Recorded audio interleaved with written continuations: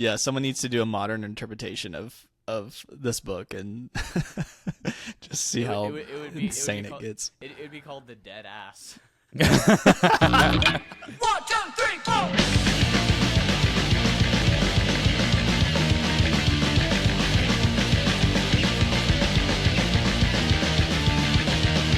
Shelf Destruct.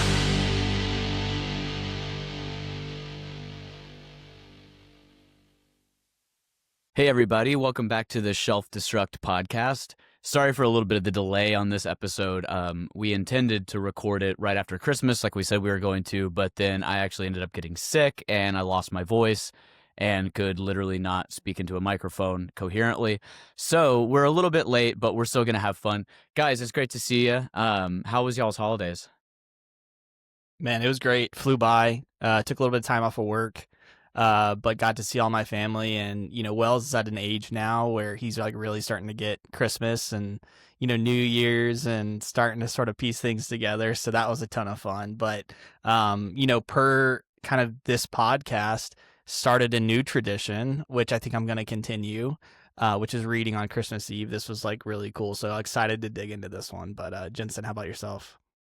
It was good. It was really busy. I volunteered to cook for my in-laws and for my family. And so was up all night cooking a brisket for one of the holiday events and then had to get up early and reverse sear a tri-tip for the other. So definitely like the Christmas week was pretty exhausting, but I took the last 2 weeks of the year off of work. And so this past week I've just been chilling and it is exactly what I needed. Like I feel completely refreshed. Taylor, That's all. apart from almost dying of whatever flu was going around, how was your Christmas? I really wasn't that bad, but luckily I don't think I actually had the flu. I think I got a cold. It was great. One of the many perks of working in the music industry is a lot of Nashville kind of shuts down for the last couple weeks of the year. So I had a couple weeks off, which was amazing. In the past, I've had a lot of service industry jobs and stuff where I've had to work on like Christmas Eve and New Year's Eve, New Year's Day, that kind of stuff. So it was kind of nice to have the holidays like fully off for like one of the first times in my life. So me and my wife went up to New Jersey to visit her family. Saw our nieces and nephew and hung out for a few days up there. And then we went into New York City for a couple days and just honestly walked around and ate some good food and kind of did our own little Christmas thing. So it was great. It was really relaxing. I was a little bummed out that my final week of break was spent being mostly sick, but at least it's better than being sick and having to go to work, I guess. And you went to a clean, well-lighted place. I did. Yeah, I found a great. I thought because this was actually more serendipitous than anything because I didn't put all of this together until just now. But we were reading this story from Dubliners, The Dead by James Joyce for this episode, and I'd already finished it, so I didn't even have it with me when we went to New York. But for whatever reason, it was probably because this was like fresh on my mind. I was like really craving a Guinness, and I was like, I need to find like the best, like where I got online and I was like, where is like the best Guinness pour in Manhattan, And I went down probably a Reddit thread or something, and there was one of the places that somebody mentioned was really, really close to where I was staying in the West Village. And so it was like our last night. Lindsay was like, I'm going to bed. I'm really tired. And I was like, all right, I'm going to brave the snow and walk down to this Irish pub. And it was the coolest, like best vibe. It wasn't exactly well lighted. It was more dim lighted, but it was just lighted enough to be exactly the vibe that I was looking for. And it was indeed one of the best pours of Guinness that I've ever had. So if we're ever in New York at the same time, I'll take you guys. Yeah. That's amazing. I didn't realize until like pretty late on and didn't really experience what a well-poured beer really meant until I went to England. And because I remember I watch English soccer with a bunch of like English expats that are in their 60s, and they've talked about like, oh, you got to go to this place. They pour a great beer. And I didn't really get to experience like what it means to like actually like be good at, and like there being actual art to pouring a good beer. Because I mean, if you grow up in the U.S., particularly down here in the South, people are mainly drinking light beer, and when you go to a bar, they just try to give you 0 heads so they can fill the glass from bottom to top with liquid, and then you go somewhere that actually knows how to pour a good pint, and it definitely tastes different. Well, I'll tell you this: I was watching the bartender as he was pouring because I was curious, and he was pouring a ton of Guinnesses, and each and every one he would fill up. I don't exactly know where, but maybe about the point where the cup or the traditional kind of Guinness glass that like flares out and up. You guys have probably seen those. He would pour it to like around the time that it starts to bulge out, and then he would set it down and let it sit for like 30 seconds or a minute, and then continue filling it. And it had that perfect, creaminess on top. I've had a lot of Guinnesses down here by less experienced bartenders, and they'll just pour it once and give it to you. And it's always good because it's Guinness, but like it definitely hits different when somebody knows what they're doing with it. It was definitely a treat. So speaking of treats, so Jensen and I got to meet up a couple times over the break. But one of them was at the brew house here in Atlanta. We were meeting up with a couple of our like soccer buddies, and we all ordered Guinness because, of course, that's just what we drink. And we actually were going to go for a second round, and the server comes to us and says like, no, we're literally out of Guinness. There's like everyone in here has been drinking too much of it. We have no more Guinness left. And I'm not vying for a sponsorship from Guinness, but look, Guinness, like we're real drinkers around here of your product. So if you want to come sponsor the pod, we're listening. I will never drink tea on the podcast again, and only drink Guinness if they sponsored us. I'll never drink water on the podcast again. If they sponsor. Do we need a sponsorship for that? We really? could probably get in the Guinness Book of World Records for like the most duck quacks in an episode. Yeah. Most okayest podcast ever created. Yeah, exactly. Well, I'm actually excited to talk about this short story by James Joyce. I am really excited to hear like what made you actually start doing this, and then talk about why that I'm so flabbergasted. So yeah, before we jump in, do we want to cut to other Taylor to tell us a little bit about James Joyce? Yeah, we'll cut to future Taylor for a quick bio on James Joyce. Hey everybody, this is future Taylor here with a brief introduction to James Joyce's life. James Joyce was born February 2nd, 1882, in Dublin, Ireland. After school and university, he bounced around Europe working various jobs while working on the stories that would become Dubliners, which is what we're reading from today, which was published in 1914, and the manuscript that would become A Portrait of the Artist as a Young Man, which was originally published serially beginning in 1916. He's often considered one of the more important writers of the 20th century due to his use and popularization of literary devices like internal monologue and stream of consciousness that would characterize his later work, the monumental Ulysses and the notoriously impenetrable Finnegan's Wake. The Dead was written in 1914 and is the final story in his short story collection Dubliners. Luminaries such as T.S. Eliot considered it to be one of the greatest short stories in the English language. And we're back. Like we mentioned, this is a tradition of mine that I started a few years ago, I don't know, maybe 4 or 5 years ago, of reading The Dead on New Year's Eve. Now, of course, the story doesn't take place on New Year's Eve, or Christmas Eve. I may have said New Year's Eve, sorry. Christmas Eve. I'm getting confused now because we are now past Christmas and past New Year's, and we were supposed to be in between, but...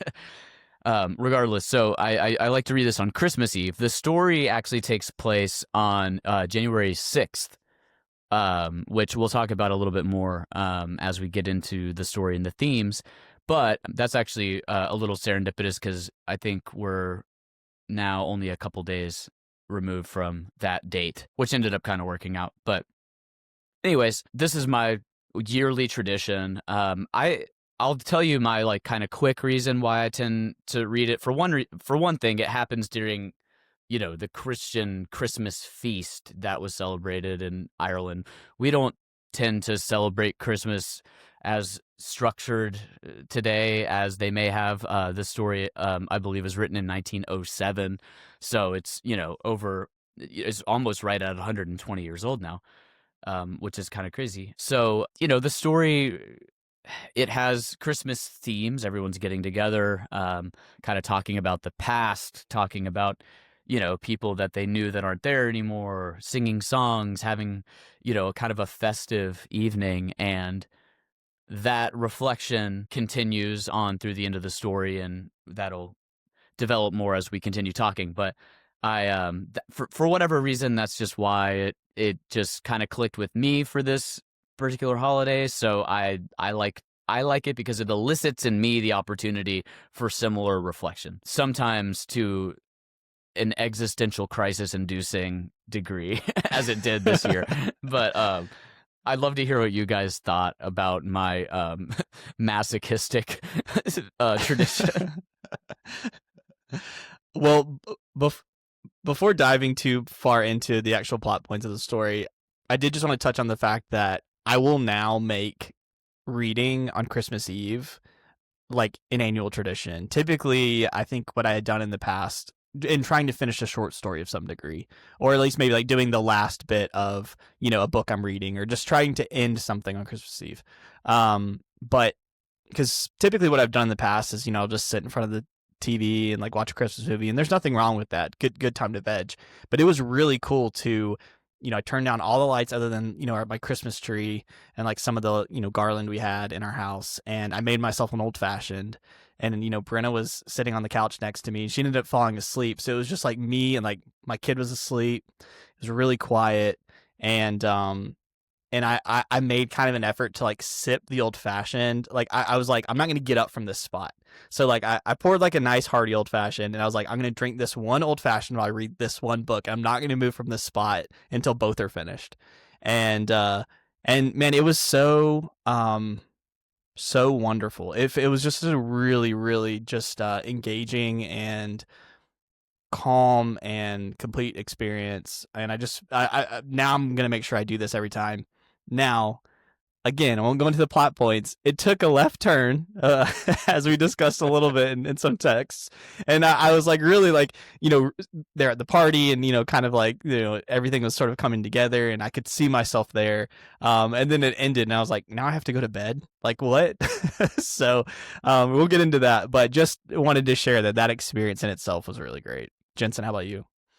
Yeah. So I didn't get to read it all in one sitting and do it the way Taylor wanted us to do it. I had, because one of the Christmas events I had to go to was on Christmas Eve. And so I started reading it on the 23rd, and then got busy doing stuff. And so so then I had to put it down and then finish it on Christmas Day. And yeah, I just immediately had to text you guys and be like, this is the most Taylor short story to read on Christmas ever.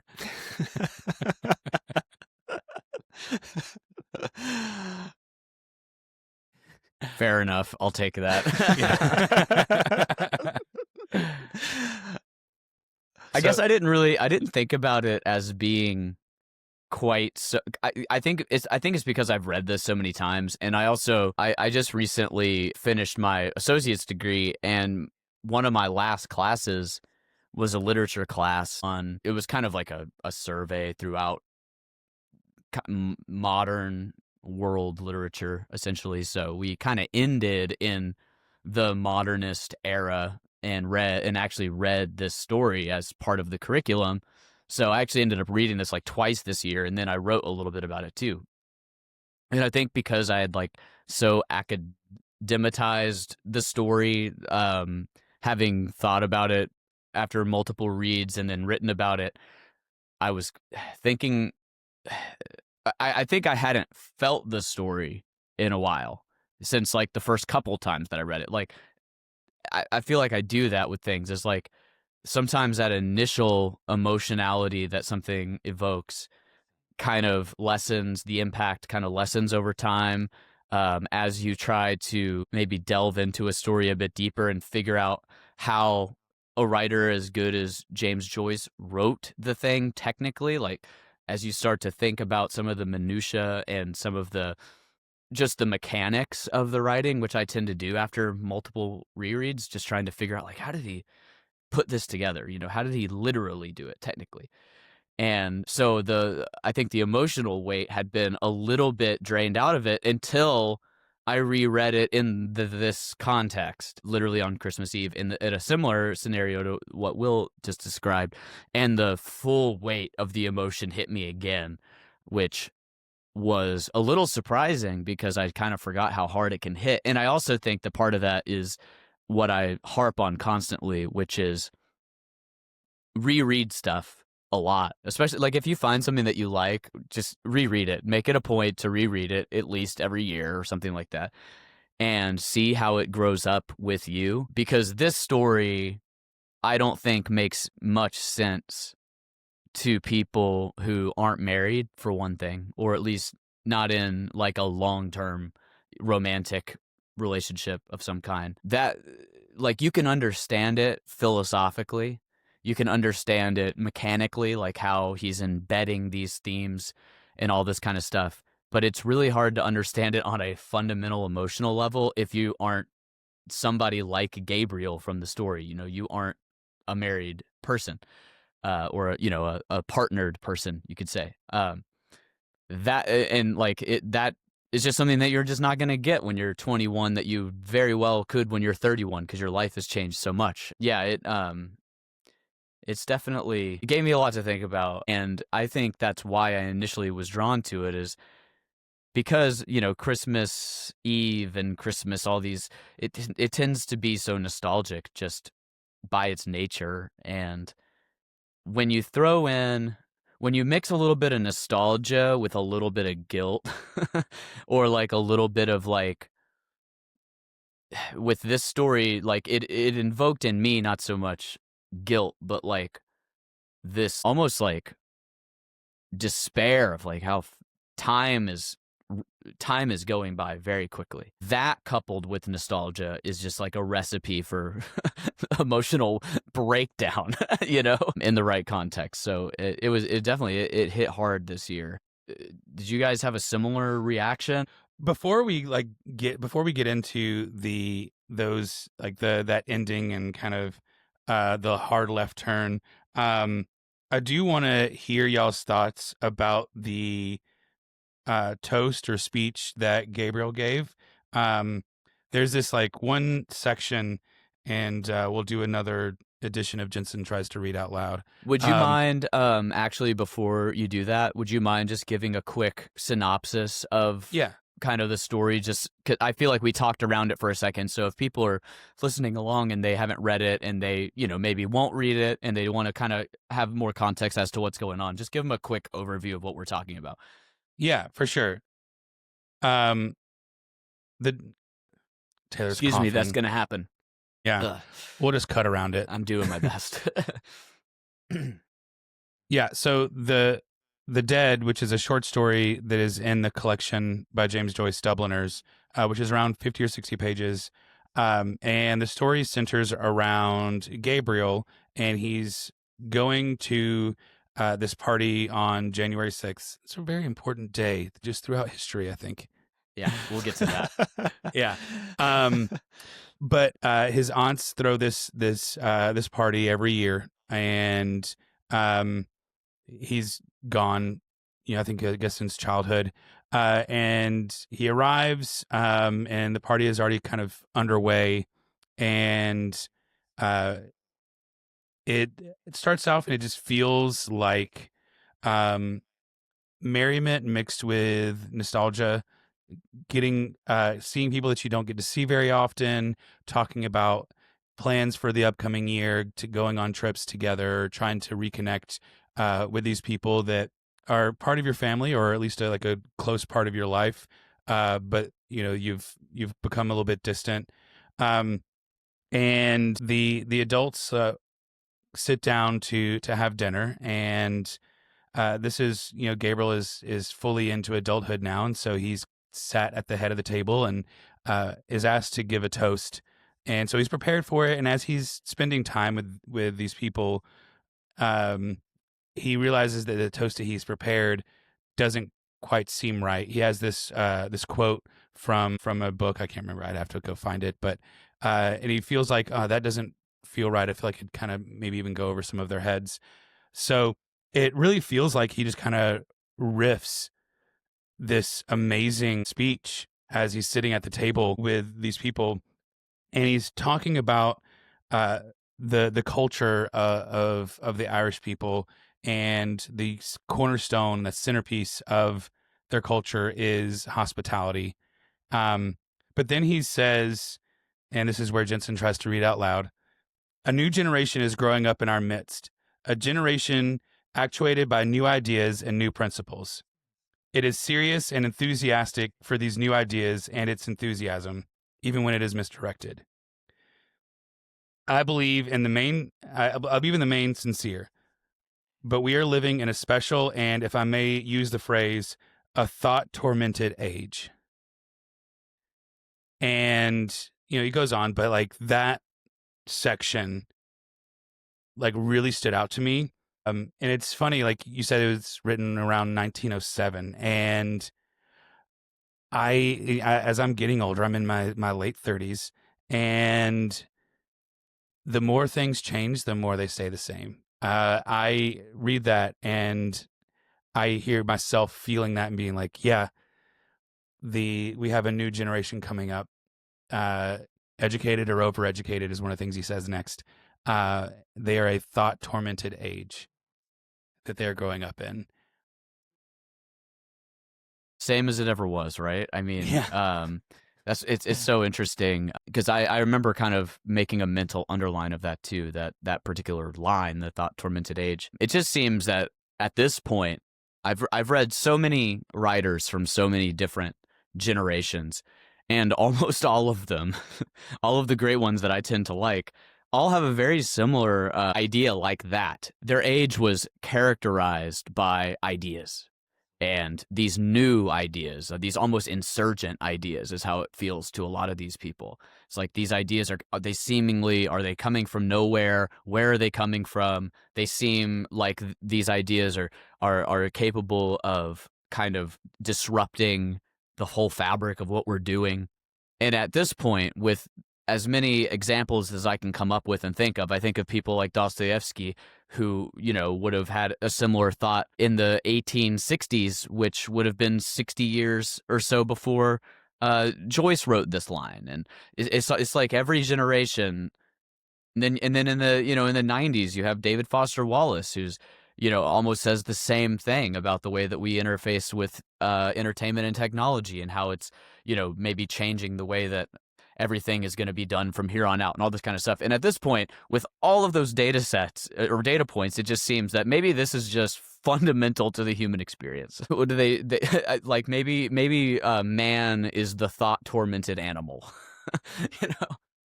Yeah. That's almost what it seems 100%. like.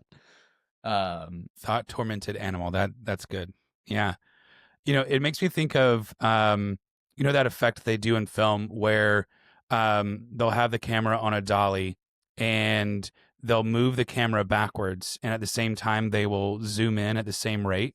And so the subject stays exactly like perfectly still in the frame, but the background kind of has this kind of whooshing zooming effect, and it feels kind of disconcerting. And whenever you read through all of the authors that we talk about, and like throughout time, having this feeling that this next generation is this thought tormented age, or is coming up and ushering in this new thought tormented age, and at the same time, you feel like the world is like flying by you and things are changing, but fundamentally you are standing still and nothing has changed. Yeah, that's a really interesting observation. The older that I get as well, the more that's exactly how it feels. And like now I know that people say this and it's become somewhat of a cliche that like, oh, just wait till you're older and then you'll understand how the old people that you grew up around, why they feel the way that they do, why you would hear a cliche like, the world just passed me by and all this kind of stuff. And you're like, what do you mean? You just didn't keep up.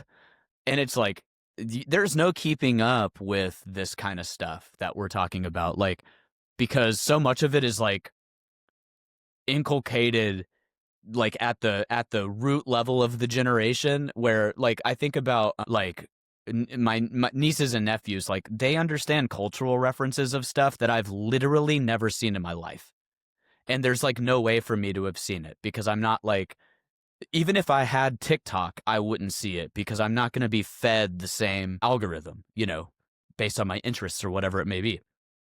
So it's just like from almost conception, the generations coming up behind us, they get a completely different set of everything that we almost have no clue about. It's like I hear references to like this is going to sound so annoying to people, but like I think anybody that has kids, which I don't, but I have people in my life with kids around the age in which such a thing would be relevant. It's like this meme that, have you guys seen this 6'7" thing that everybody was going on about? Oh yeah. Yeah. Yeah. This is an example of what I'm talking about, and it's kind of a silly example, but like I literally had no frame of reference for this reference. And so I literally Googled one time, what the hell is 6'7"? Because all these kids around me were doing this thing.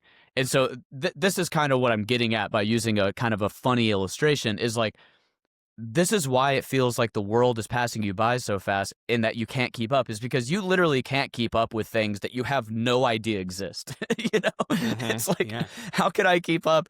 Like, I can't Google everything that like a 12-year-old says, I can't keep up with this. This is impossible. So that's exactly a great way to put it, Jensen, is that you feel like you're standing still and the world is just rapidly zooming out past you. Yeah.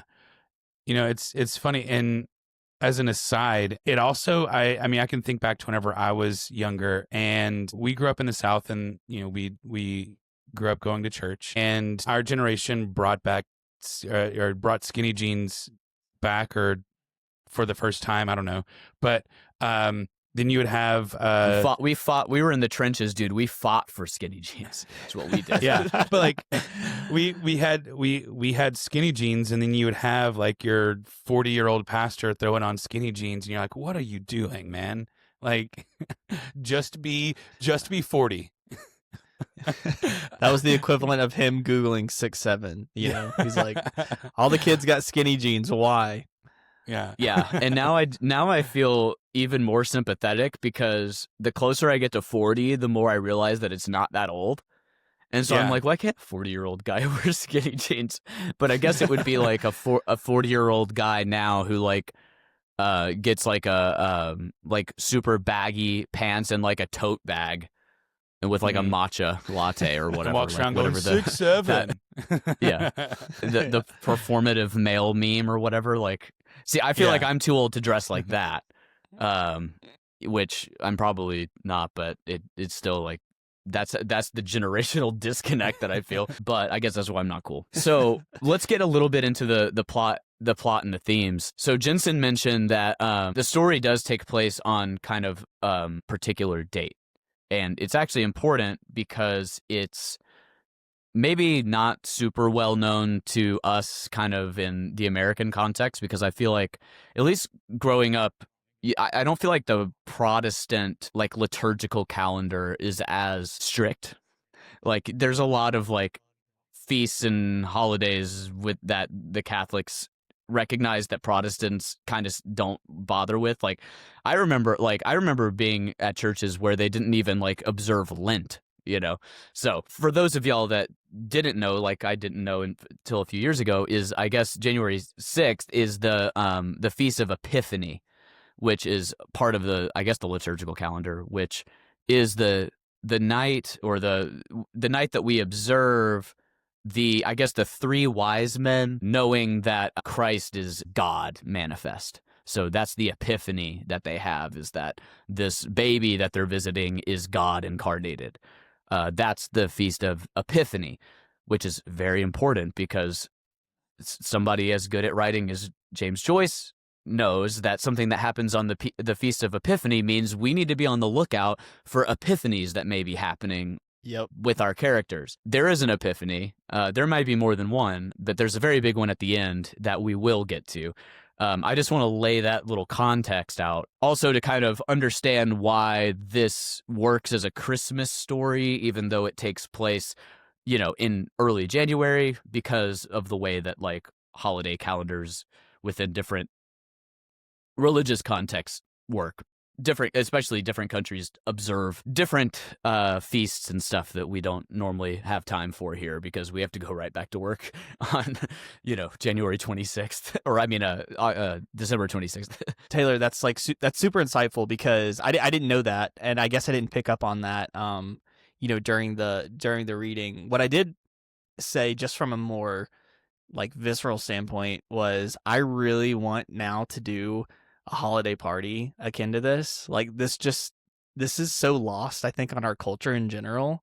Just this concept of everybody and all your cousins and friends and everyone from town basically riding in and kind of having this like night long, feast and toasts, and it's just very shaped and well done. And I of course, it all was a part of the gravity that landed on Gabriel toward the tail end. Kind of built him up in this way, and then he had this this sharp turn. But yeah, that's interesting. That's really interesting. The fact that it was on that particular night. And also, again, I just was saying I want to do this. Like this, it was so beautifully written, and I loved how basically the story went like room to room, scene to scene, and sort of kind of took you around the house in these little like moments. But all these moments were super super important, right, to the overall telling of the story and who the characters were, and each character sort of had their own little space to be fully fleshed out and built out, and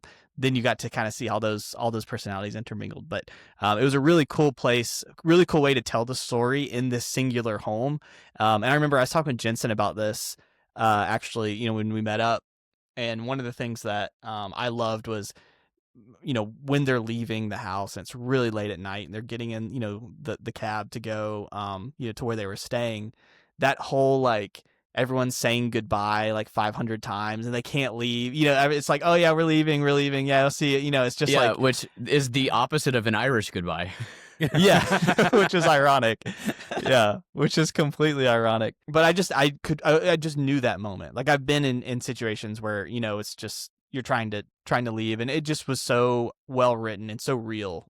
Felt very human. Yeah, a very human experience. I wanted to bring up a particular scene from that sequence actually, which I also really enjoyed, was as Gabriel was looking on at his wife descending down the stairs, and he can hear somebody upstairs playing music, and he says if I was a painter, he would have painted her in this sense, and titled the painting Distant Music. And the way that he kind of renders this scene is really amazing. Like, just he asks himself, what is a woman standing on the stairs in the shadow listening to distant music a symbol of? And of course, like, he's asking himself this because he's a writer. And this is kind of an important character point for him, is like, as a writer, he probably thinks of himself as somebody who is very adept at understanding the inner lives of other people. Like at root, that's what makes, particularly in my case, the things that I really enjoy reading are people who with a deep sense of the inner life of other people. And they can get at the psychology of why people might behave the way they do, how the ideas that they have influenced them, et cetera, et cetera. So as a writer, this is why I think that, like, as this story plays out, it's even more impactful, is because this epiphany isn't just something that is happening to a regular person with no artistic sensibility about the world. I think a lot of times, and maybe we all kind of take this for granted a little bit because we all kind of grew up being artists and artistic people, is we like to probably think of ourselves as the kind of people that are sensitive to how other people are, and their moods, and like how we can affect their moods with whether it's our music or our writing or what have you. And that, that even extends into some of our professional lives, is like in marketing or other sorts of things. It's like always trying to elicit particular emotions and understand what makes people tick. And so maybe Well, not like me so much. I'm a drummer, so I just our I drummers aren't artists. Is that what you're saying? no, I'm just saying I approach the world with brute force, kind of the way I play drums. Sorry, I just had to throw that in there. No, that's a fair point. Um, maybe Jensen notwithstanding. But I think that it would be a different story if Gabriel were just a guy. The epiphany that he has would still very much be impactful and important. And this isn't to say that somebody without an artistic sensibility couldn't come to such an epiphany. I'm not saying that that's the requirement. What makes this interesting is that's almost surprising that it's just now happening to a middle-aged artist, that he's having this sort of epiphany about his wife's inner life, as somebody who probably thinks of himself, as, he's thinking in this scene, as I just mentioned, is what is this a symbol of? This beautiful woman descending down the stairs with distant music playing and a shadow casting on her. It's like, of course, that's what writers and artists are always thinking of, is like, what does this mean? But like, he's always missing like what's really happening with the person that he's been with is like most of his life. Like, he mentions like they have children, that he's probably like middle-aged, he's probably older than we are now, and he's had a pretty successful career. He can travel to the continent, so he goes to Europe, and which is also, kind of interesting for James Joyce, particularly. Like Jensen mentioned that during Gabriel's speech, he's talking about kind of fondly about Irish culture and hospitality and all this kind of stuff, which is kind of interesting for James Joyce, who wrote this story as an expat living in, I think, Rome. He kind of developed a distaste for Ireland after a time and didn't really spend much of the rest of his life in Ireland. I think he ended up writing some letters to the effect, I think maybe to his brother or something, that like he thought that he might have been a little harsh on Ireland, and all this kind of stuff. But regardless, some of the tension of this story is found that the writer feels a tension with his roots as an Irishman, and like how Ireland has changed and what it means to be Irish, if it means anything, and all of this kind of stuff. So it's kind of, maybe he's almost a stand-in for Joyce in a way, like how a writer, how is it possible that a writer has missed this deep kind of thing that's happening with a person that he's with all the time? I don't know. That was kind of a long-winded rant, but like it all kind of struck me at once, so I just tried to go for it. Yeah. Jens, were you about to say something? No, I was waiting on you, but I have another scene that's a bit lighter and is just like quite fun, and it's the people that are leaving, and these kind of two groups, these women and this man, decide that they're going to share a cab, and they are all like leaning out of the carriage, speaking to the driver, because I guess it's a horse and buggy cabs. Yeah, that's what I gathered too. Yeah, and they're all leaning out of the carriage, talking over each other and talking to the cab driver, trying to explain where they need to go, where he needs to go first and where he needs to go second. And he is not getting it, because I mean, obviously they've been at a party all night and it's late and they've been drinking. And I can just picture people kind of stumbling out of the house and needing to be helped into the cab. And just be like, no, you need to take a right on first, and then you're gonna go up this avenue, and then the guy's like, no, you're gonna go left on second, and then you're gonna go right on this street, and then they finally just like somebody finally was like, no, do you know where this landmark is? Go there first, and then we'll figure out where to go from there. Yeah, I love that too, because like this is one of my favorite like little things about just reading stuff that's 100+ years old, is you one of the things that you really realize is that we've always been the same as a species. Like you could write this scene right now trying to explain to a taxi in New York. Now I almost said an Uber driver, but you never explain to an Uber driver because they get like the map and so we kind of, I guess we've lost the drunken interpolation of the directions because of Uber. So one more thing technology has robbed us of. But you can imagine we like could just change it slightly. Instead of them talking to the cab driver, they're talking amongst themselves. yeah, they're Be like, yelling at the Waymo. Yeah.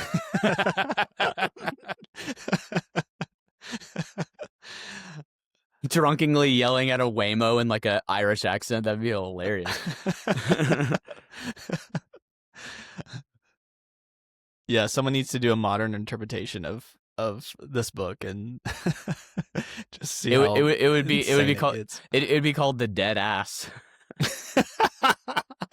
Just a group of like 4 people staying around, each holding their phones, and they like one's got Lyft open, the other one's got Uber, and the other one's got the Waymo app or whatever, and they're all standing around being like, oh, like, but the Lyft will be here in 15 minutes. Well, like the Uber is $5 more expensive, but it'll be here in 3 minutes. And be like, well, are we going to share a cab? Like, they should drop me off first. No, like you're out of the way.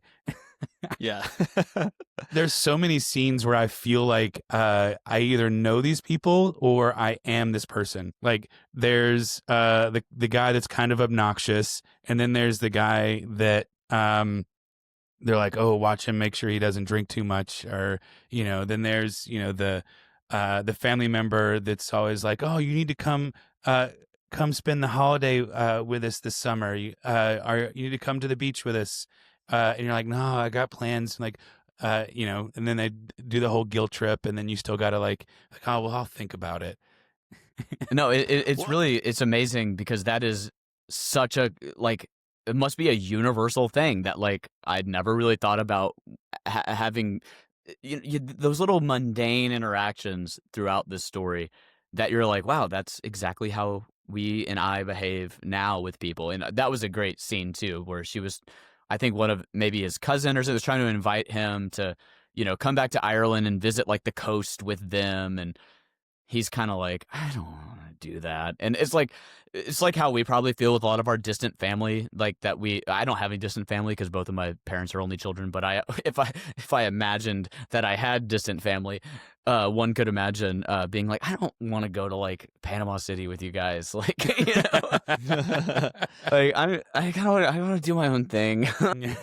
Yeah. Myrtle Beach is, I don't know. I already have enough spray painted T-shirts. Yeah. But to that point, basically, I also, and I mentioned this a little bit earlier, just found so much joy in those simple conversations and those simple moments.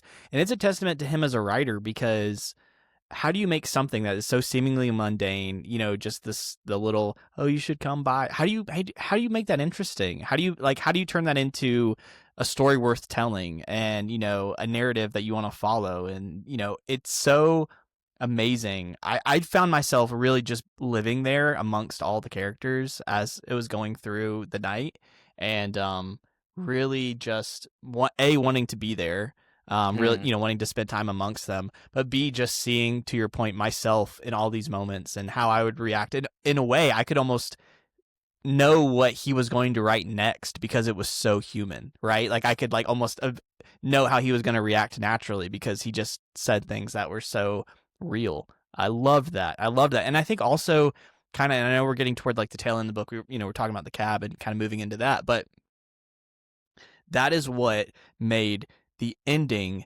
so powerful, in my opinion, is because, I mean, and there were moments of tension throughout the night. Obviously there was small little like human interactions, some things that just occurred. There's some political disagreements, some Right. Protestant v Catholic stuff. Like there's Right. a little bit of tension, but it was like, it was okay. Everybody kind of got over it. It's what you expected at a party when people are drinking and these sort of things exactly. come up, right? Like, it's just bubbling up. Especially with family, you get around, especially with family. You're going to disagree on politics and religion and everything. It's gonna come up. Yeah. But like I almost don't like I'm curious, and I'll ask you guys this question: were those small little like I'm not gonna call them microaggressions, but just those small moments of tension, they never really resolved. Like they kind of just like they bubbled up and then they just sort of existed in it for a moment and then the scene moved on. It bubbled up and the scene moved on. Is that, do you think, intentional in how like we never really resolved? He never really like personally resolved any of those things. And so like then when we get to the the penultimate left turn, you have kind of like all this emotion. You kind of are looking back at the whole night with this whole new view of the experience, and just suddenly everything comes crashing down to a degree. I You don't know, know. Curious I, your thoughts. I'm very interested that you kind of underline that. I hadn't really thought deeply about that, but now that you mention it, it strikes me that it was very intentional because, as those of us might remember, before kind of the social media age and the politicization of every minuscule moment of our lives, that's how it used to be. When disagreements popped up amongst family and close friends at events where everybody had a few beers and got a little heated, is I mean, at least in my experience, most people, like, everybody just kind of went, oh, he's a royalist, in this context. Yeah, he's Yeah. I mean, the IRA wasn't around yet, but it's like that's when the tensions bubbled a little bit more, we'll say. But at this point, they're still just kind of like, okay, fine. Because there's like one Protestant that's at the party. Oh, he's a Protestant. But it doesn't matter. It's fine. And like everybody gets a little bit irritated to an extent, and there's a little bit of back and forth, but there's still like this understood warmth between everybody, and almost like almost just like a fundamental understanding that this isn't going to get in between our thing, this Right. closeness that we've kind of already have. And I don't know, maybe that would strike people today as being naive. I'm sure people will hear that and think, "Oh, that's naive. Now things are worse than they've ever been." Everything has always been worse than it's ever been. This is kind of what I mentioned earlier too. Is like every time you read a book from any time period, it's worse than it's ever been. So I guess one of them was right at some point, but um, it's always the Like end of the world, guys. it feels very real and human, those things. To this day, I am used to I experiencing that whenever my extended family gets together.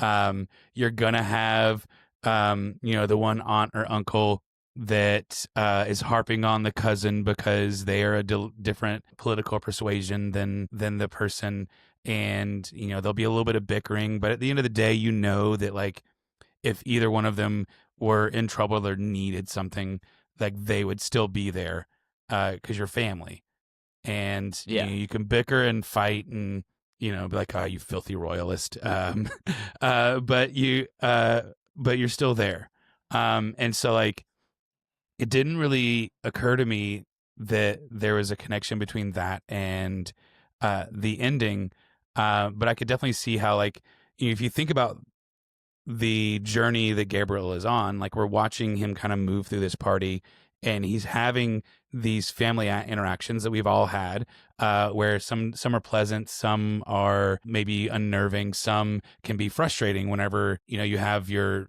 aunt or uncle or whatever like roasting you for your views or whatever. Then I'll kind of give a synopsis of a bit of what happens next. Is Gabriel and his wife, he's walking home. He's got all these things rattling around in his head. Then he sees this, this picture of his wife standing on the steps, listening to distant music, and they're walking home along the quay, headed back to their house, and Their hotel. he's Yeah. to their hotel. Yeah. And he's kind of been busy doing family stuff all night, and he gets to see his wife, and you can tell he is deeply in love with her, and has a bit of amorous desire for her, and that's kind of building on the walk home. And they get to the hotel room, and he's standing by the window while she's kind of getting out of her evening gown, and he kisses her, and then she begins weeping. That that left turn of like, it seems like this pleasant night, the little familial jabs and disagreements notwithstanding, like you had a pleasant night and you're finally alone with the love of your life, and you're to use younger generation language, you're bricked up. And I do not care for that term.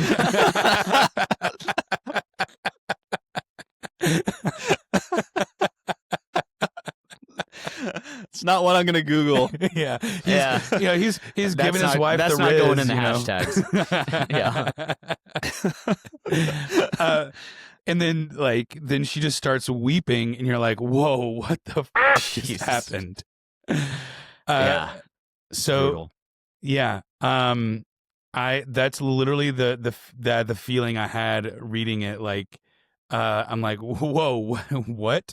Like, James Joyce is kind of now posthumously famous because some of the letters to his wife have now been released, and he waxes poetic at length about loving his wife's farts. Isn't it? Yeah. There's some strangeness there. I mean, the man contained multitudes, clearly. He did. And so this is actually my first, apart from like snippets of those letters, like this was my first kind of foray into reading James Joyce. And so I didn't know where this was going to go. And, my wife reads romance novels, and I was like, oh, maybe this will be one I can be like, here, read this short story. And then No, I wouldn't recommend that. Yeah, go ahead, Will. I was just gonna say, it's funny that you had that thought, because I was, we have this like kind of inside joke that it's really, really hard to write a good like love scene in a book. Like, we just always cringe. I think we've all read them and we're just like, oh my God, that was terrible. Like, this was awful. Yeah. And I was actually reading this one thinking, this might be the first. This one's like, the way that he's writing this, and it's all kind of coming together.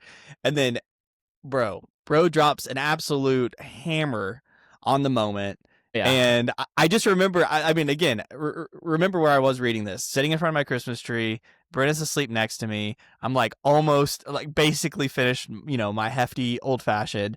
And I think I just stopped. Like when I read her, like, or, where she started crying, I just like looked at Brenna. She was asleep. She didn't even know what I was going through. I just like looked at her like, and then I kind of wanted just to text you and be like, oh, you, Taylor. Like, come on, like most Taylor short story to read on Christmas ever.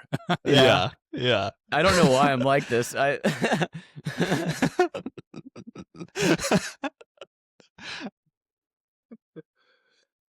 And actually, the next day, on Christmas Day, Brenna was like, "So how was your book? You read that?" And I was like, I don't even know where to begin. Where do I begin with this one? And I was like, it was an amazing story, but yeah, there's quite a little dip at the end. Yeah. So we've gotten to the point where she starts weeping, but we haven't actually explained why. And the short story does give us the exact reason why. So Taylor, it's your story that you, for some reason, read every year. So explain to us why she started weeping.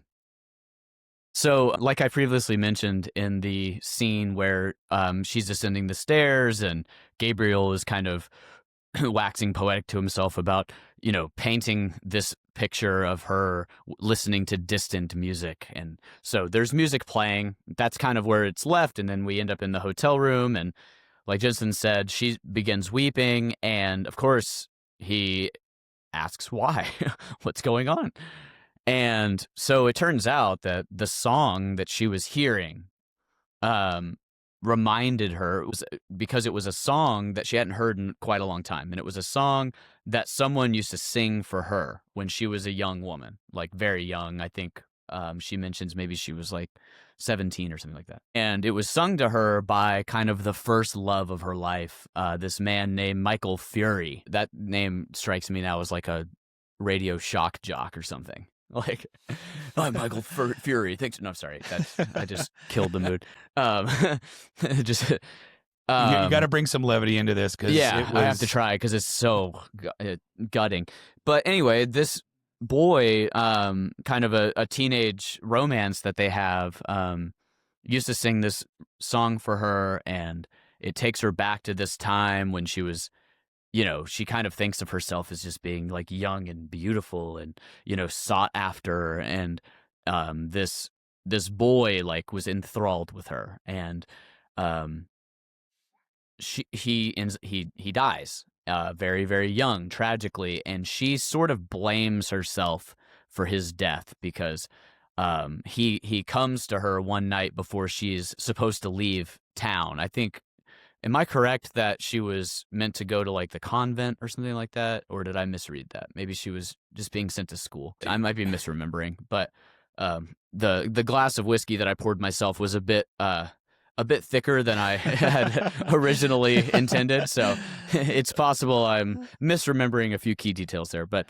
regardless, she was to go away the next morning, and he comes to her anyway, even though he's not feeling well, and stands out in the cold to just try to see her one last time. And it's implied that in this cold, he gets sicker and ends up dying, and it's this horrifically tragic thing for her, and kind of is a very like key moment in her life, and that's tragic in and of itself. But kind of compounding the tragedy is that her husband is Gabriel has never heard this before, and this is the moment of epiphany. And I want to kind of get y'all's takes on what specifically this epiphany entails, maybe what it represented to y'all, or what you think it kind of symbolizes. But having discovered that his wife maybe has never loved him in the same way as she has loved somebody from a long time ago, and maybe even worse, that he's never loved her as much as he did, as Michael Fury did. That's kind of maybe two sides of that coin. And again, I want to reiterate that this epiphany comes as even more of a symbol because Gabriel is a writer, and obviously this is the night of Epiphany, so that's, a great little symbolic point within itself. But a writer, again, somebody that explores the inner lives of others, has just discovered that his wife has a far richer inner life than he ever knew about, which must Yep. be very disorienting. So let me get y'all's takes on the kind of last kind of scene, and then we can discuss like the final line and all of that too. But I'll kick it over to you guys. Yeah. I mean, first off, like what the epiphany was, that moment you said where he realized there's emotional distance between me and my wife that I didn't even know existed. And the realization that he might not have a song that would ever, symbolize the love for someone in that way that she has had in this way. And also to the point of him being a writer and sort of like trying to analyze, he does this at night where he sees someone or analyzes a moment or overanalyzes a moment. And I think he thinks he sees everything, right? Exactly. Like he's like, I am, I'm aware. I see my wife in this way that maybe no one else sees her, when he sees her standing on the stairs and everything. And then the ball drops that it couldn't be further from the truth, that he has, he has been living and to a degree, this parallel line of love and connection with her. Not that they don't have love and connection, but just that there was a deepness and richness that she maybe never explored with him, or he's never just had with anyone. And so that was really, really powerful. And gosh, when you read this in the dead of night, quiet, like it definitely lands. Like any other context, just my own personal environment, I think was just, that's where it all hit. And it just happened the context of that. And of course, Brenna's laying next to me. I'm just like, oh my gosh. Super, super heavy. And yeah, just left me with such a quiet, sitting there trying to just sit in it for a while. So Jensen, what about you? Yeah, is that realization that she may be the love of his life, but he is not the love of hers. The love of her Yeah, life died a maybe not. long time ago, and And part of her she, did too. yeah, Yeah. and then she had to keep on living, carrying her dead lover with her the rest of her life. And she hears this song that he used to sing to her, and it bubbles all up to the surface. And I was just left with this feeling like, what the do you do now? Like, I don't know how to even fathom processing this kind of situation happening. And yeah, So did Gabriel, right? yeah, I mean, again, talking about how James Joyce is able to write such a real moment, I think he was also just sort of dumbfounded, and we the reader were dumbfounded because we were like, suddenly I don't even know what how would I respond? Like this would yeah, this would be difficult for me. Like yeah. Which like the whole world was flipped on its head. Yeah, Mhm. and Joyce writes he writes this very particularly. He says just after this reveal, he writes, generous tears filled Gabriel's eyes. He had never felt like that towards he had never felt that himself towards any woman, but he knew such a feeling must be love. So Gabriel is fully aware of this epiphany. Like it's not even it's not lost on him at all. And I love that Joyce wrote like generous tears. That's a very particular choice, and it kind of evokes like something different than sorrow too. It's almost like I don't know. It's almost like the feeling of having just realized that somebody is a person in a way, that generosity of spirit, like the realization of the inner life of another person, like like that's a very interesting word choice. And I think that is partially what we're experiencing with this epiphany. It is two sides of that coin of I've never felt this way about someone, and I know she doesn't feel this way about me either. But there's that overarching epiphany that, oh my God, my wife is like a deep person that I didn't know. Like I don't know this person, and that's kind of that might even be like more existentially interesting than just the love angle exactly is. Um, I want to point out a couple of things that I want to get y'all's takes on. Just out of curiosity, I don't think these are accidents, but maybe I'm overreading. I think it's interesting that the two main men in her life in this story are Gabriel and Michael, who are both archangels from the Bible. Now, I believe Gabriel, if I'm not mistaken, was the traditionally in maybe I don't remember which book. Maybe it's all the Gospels, but maybe there's only one particular that names Gabriel is the messenger that tells Mary that she will bear the Son of God. Will bear God. Is that correct?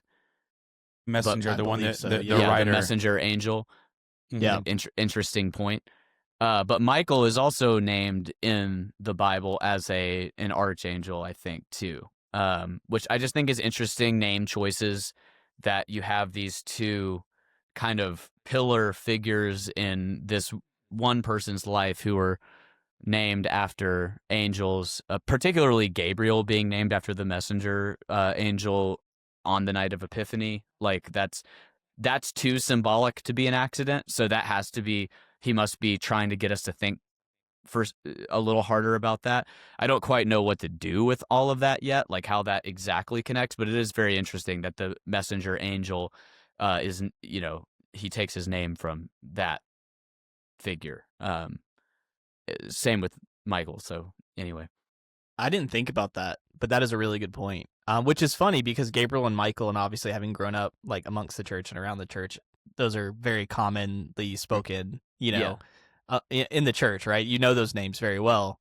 Um, interesting how I missed that. But like, you're completely right. That's totally symbolic. There's got to be like, there's definitely layers to that. I mean, it's like, I also think about it as like, if you were going to choose a great name to symbolize like that, just gosh, I mean, that hits on so many layers. There's so much depth to that name in all this context.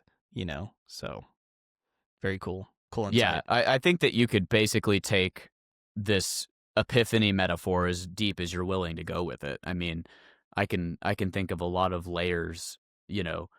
If you just want to take the enormity of both of the epiphanies, kind of as two sides of a coin, maybe the original night of Epiphany being that, the baby that the three wise men visited was God incarnate. That's a very important thing that, there's plenty of subtext that we can draw out of that. That's the word being made flesh, as it says in the Gospels, which is kind of an interesting tie back to everybody being writers and, wordsmiths in this story. And then Gabriel's epiphany, that the person that he's spent the majority of his life with has a deeper richness than he was aware of. These are both the same epiphany in a way, right? The three wise men met a baby, and now it's revealed to them that it was God. That is a deeper richness of a person that they've met. And it's kind of a similar thing with this epiphany, is that you're learning something deeper about the person that you met, And I don't know if the metaphor is meant to be drawn that deeply, but it is interesting how that works as you drill it down. And I don't know, it's just I think regardless of the subject matter being possibly a little bleak, I think that what it really does is it invites us to think really deeply about the people that we choose to spend our lives with, not just spouses or long-term partners or what have you, but all of his family members, all of his, distant connections from the party. They also should get this similar treatment. Like, that's part of this epiphany. Is like, if I don't know my wife well enough to know this, what do I know about these people who I think I have figured out? Well, Yeah. Sorry, go ahead. I was just gonna say that broader context of just like opening the world, and it's to me illustrated with the very next passage about the snow, right? Where how it's all encompassing, and it kind of covers everything, right? He says like, um, his soul had approached that region where dwell the vast hosts of the dead. He was conscious of, but could not apprehend their wayward and flickering existence. His own identity was fading out into a gray, impalpable world, the solid world itself, which these dead had one time reared and lived in, was dissolving and dwindling. And then it goes into, talking about a few light taps in the pane made him turn to the window, and then sees kind of the snow coming down, and and then obviously gets into that final line where he says his soul swooned slowly as he heard the snow falling faintly through the universe, and faintly falling like the descent of their last end upon all the living and the dead. So it's a great last line, and it does a lot to kind of sum up some of what's happening here. Is like, it's interesting that he says that the snow is falling upon the living and the dead, because we wouldn't really think of the dead as being present in a way that, we could say that that the snow is falling on their graves, or, but using that terminology again is saying something very different. Is like, just as with his wife in the case of Michael Fury, the dead continue to live within us as memories and motivators, and as phantoms, like ghosts. I think there's these ideas of these kind of spirits or whatever, souls, and that's a haunting but hopeful image that I think is what kind of gets at the heart of like why I find this story useful for the holiday that I choose to read it on. Is it's a reminder that you're kind of a sum of different parts, kind of disassociated parts. You're kind of a link in a chain of a bunch of people before you, literally, in a very, a genetic sense, but also you're comprised of the memories of all the people that you knew and the people that kind of helped shape who you've become and all that kind of stuff. And in a very real way, like the dead continue to live on through us, and not just, again, like in a very genetic, literal way as we reproduce and, we continue our familial line and our literal genetic sequence or whatever, but not our particular genetic sequence, but one that is comprised of ours and somebody else's. But you get my point. But like, there's something deeper than just the genes that's at play here. Like it's what lasting impact these people have on our lives and how that carries through to everything that we go on to do with our lives. And I think that's, at one point for Gabriel's story, it might be a little sad, but for us, it can be hopeful or even inspiring if you want it to be, I'd like to hear what you guys think, though. That's just my sense. That really recontextualizes this story in a way that it makes more sense, is what I'm trying to say. Yeah. That you'd read it. Because, like, I finished reading it and I'm like, this dude goes to a nice party and then gets back to the hotel with his wife with desire in his eyes. And she starts weeping and tells him that you're not the one, or whatever, however you want to word it. And we just be like, well, that's very Taylor. Like, he would of course like to read a book where the main character has a good time and then gets slapped in the face with like, you're no matter how hard you try to be the love of my life, you'll never be Michael. Right. But see, that's not the point. That's just a way to illustrate the point, I think. No, at for least sure. In my mind. Yeah. Yeah. But it's also, I do want to reiterate too, or perhaps just iterate. It's not that his wife doesn't love him. She doesn't have contempt for him or animosity even. It's just different.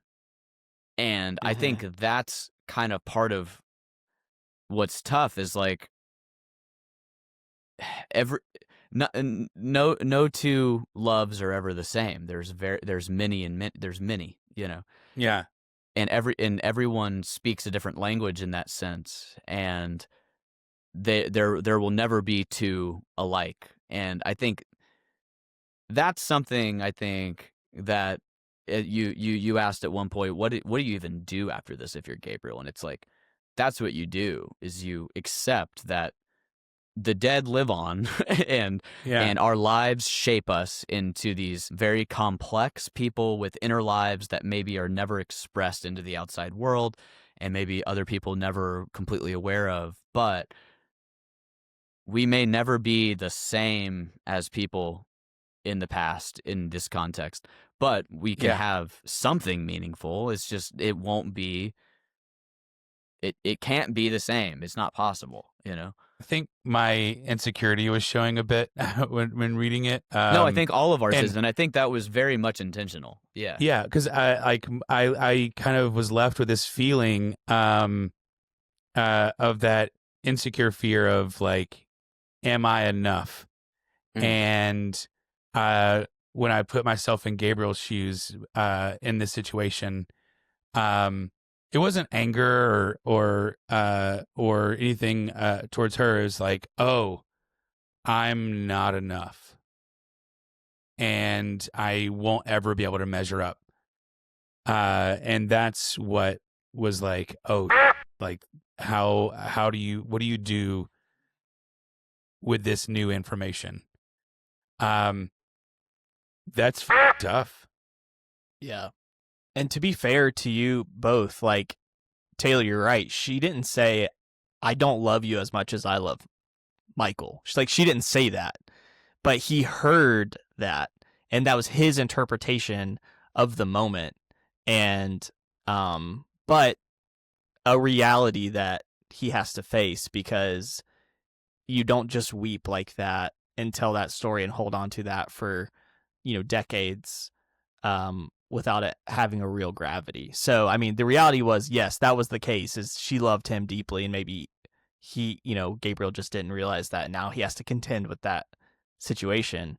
But to your point too, Jensen, right? Like he's now suddenly sideswiped in what he thought was an otherwise fairly normal moment with his wife, and suddenly everything's replaying in his head all at once, and he's trying to be like, well, what does this mean? What does this mean for me? What does this mean for her? Like, how do I interpret this? But it does end so perfectly with that, him kind of internalizing it, but then looking out the window and seeing the snow fall on both the living and the dead, and then just seeing that kind of complete wholeness covering everyone, and just being like, there are multitudes to this, there are layers to this that probably I've missed, and I have to embrace that things have come before me and things will come after me. And that's it, Yeah. So Yeah, that's exactly right. And Joyce says almost that exact thing as Gabriel. You just read the line, as Gabriel is realizing that like he can feel his own life drifting into that place where the dead exists, like the past. Like he talks about this in Jensen's example of this speech of almost feeling like he's getting left behind by the world. So all of this is happening. Like it can be anxiety inducing, but it's also just life. That's just what this is, Yeah. And it's always been this way. And I think that's if people don't take anything else away from, our little podcast, it's reading books, particularly older books. Not that there's anything wrong with reading new books, but just for this particular point that I'm making, it pertains a little bit better to older books, is when you read older books, you realize, like I already kind of mentioned earlier, you are the same species having the same struggles, going through the same experience as people have been for as long as we've figured out how to write stuff down. And probably before that, they just used to talk about it around a campfire after they hunted like a mastodon or something. But, once they figured out how to write it down, this is all we've been talking about, is that our lives are finite. We don't know what that means. We don't know what to do with it. It's very anxiety inducing. How do we make meaning out of our lives?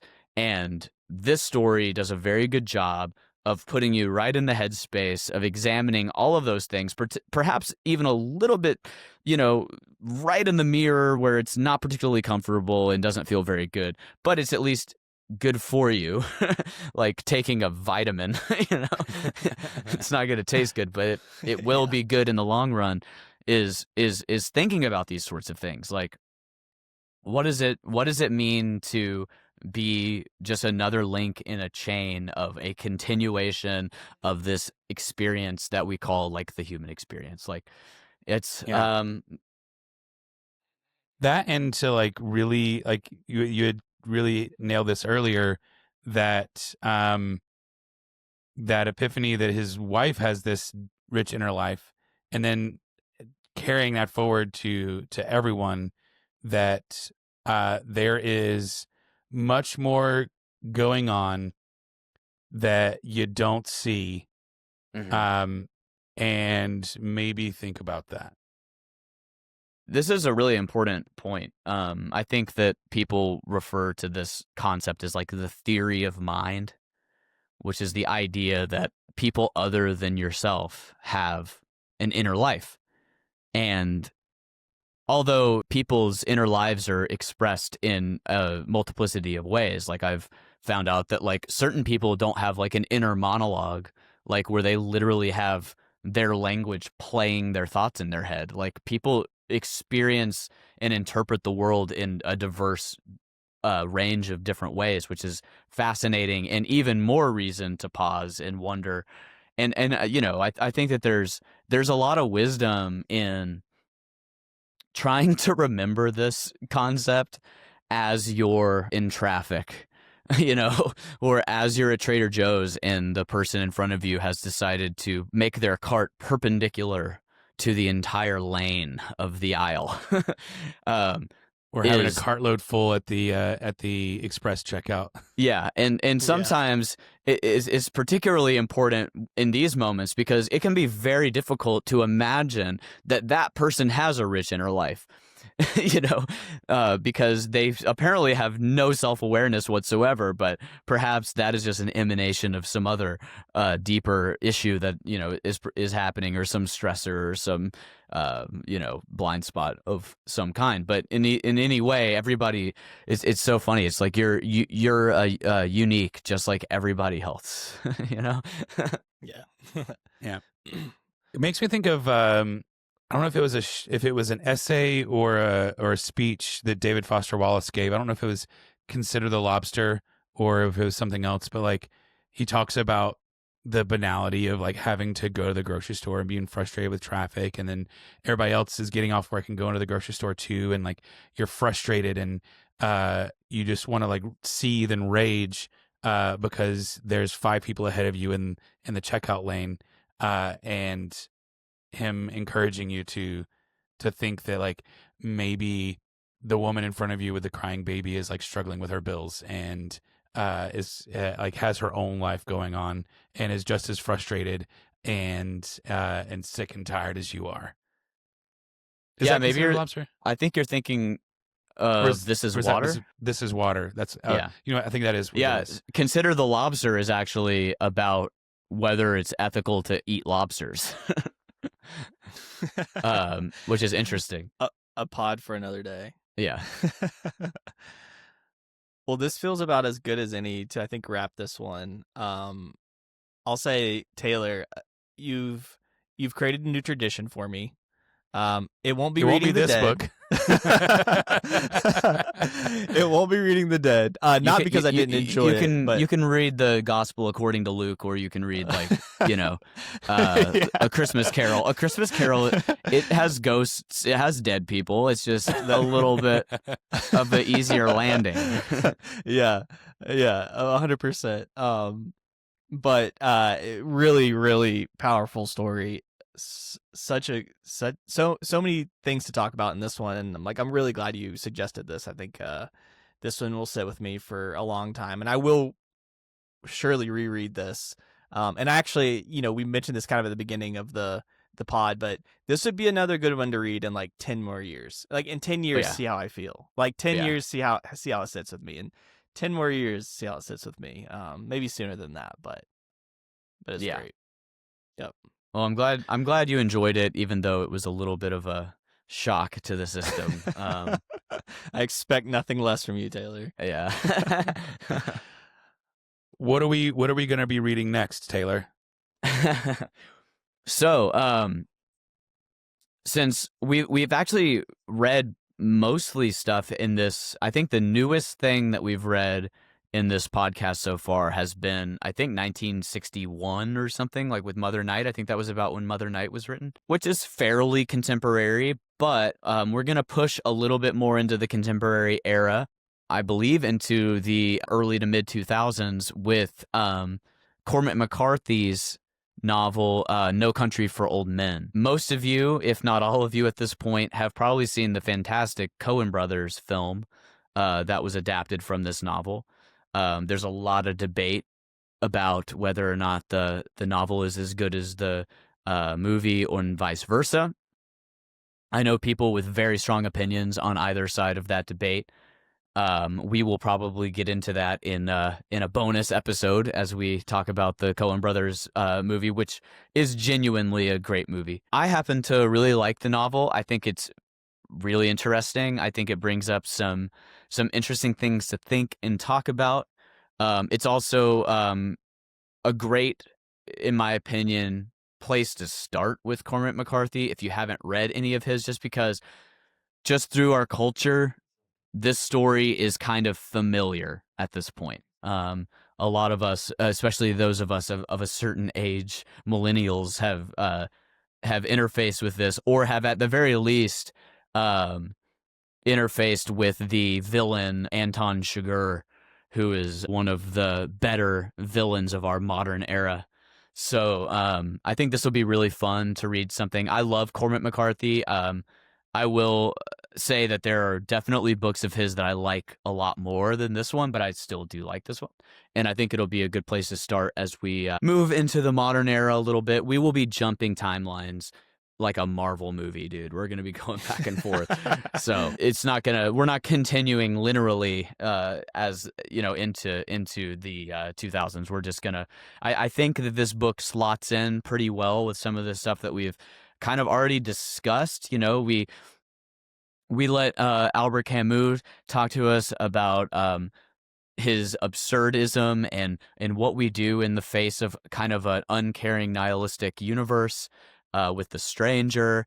And I think No Country for Old Men kind of gives us a world that has a similar moral core, perhaps one that is a bit darker. And I think it'll be interesting to juxtapose some of the reading that we've already done with this one. And it's also just a great read. So I hope you guys will join us with No Country for Old Men by Cormac McCarthy next time on Shelf Destruct. Great talking to you guys. Good to see you. Shelf Destruct!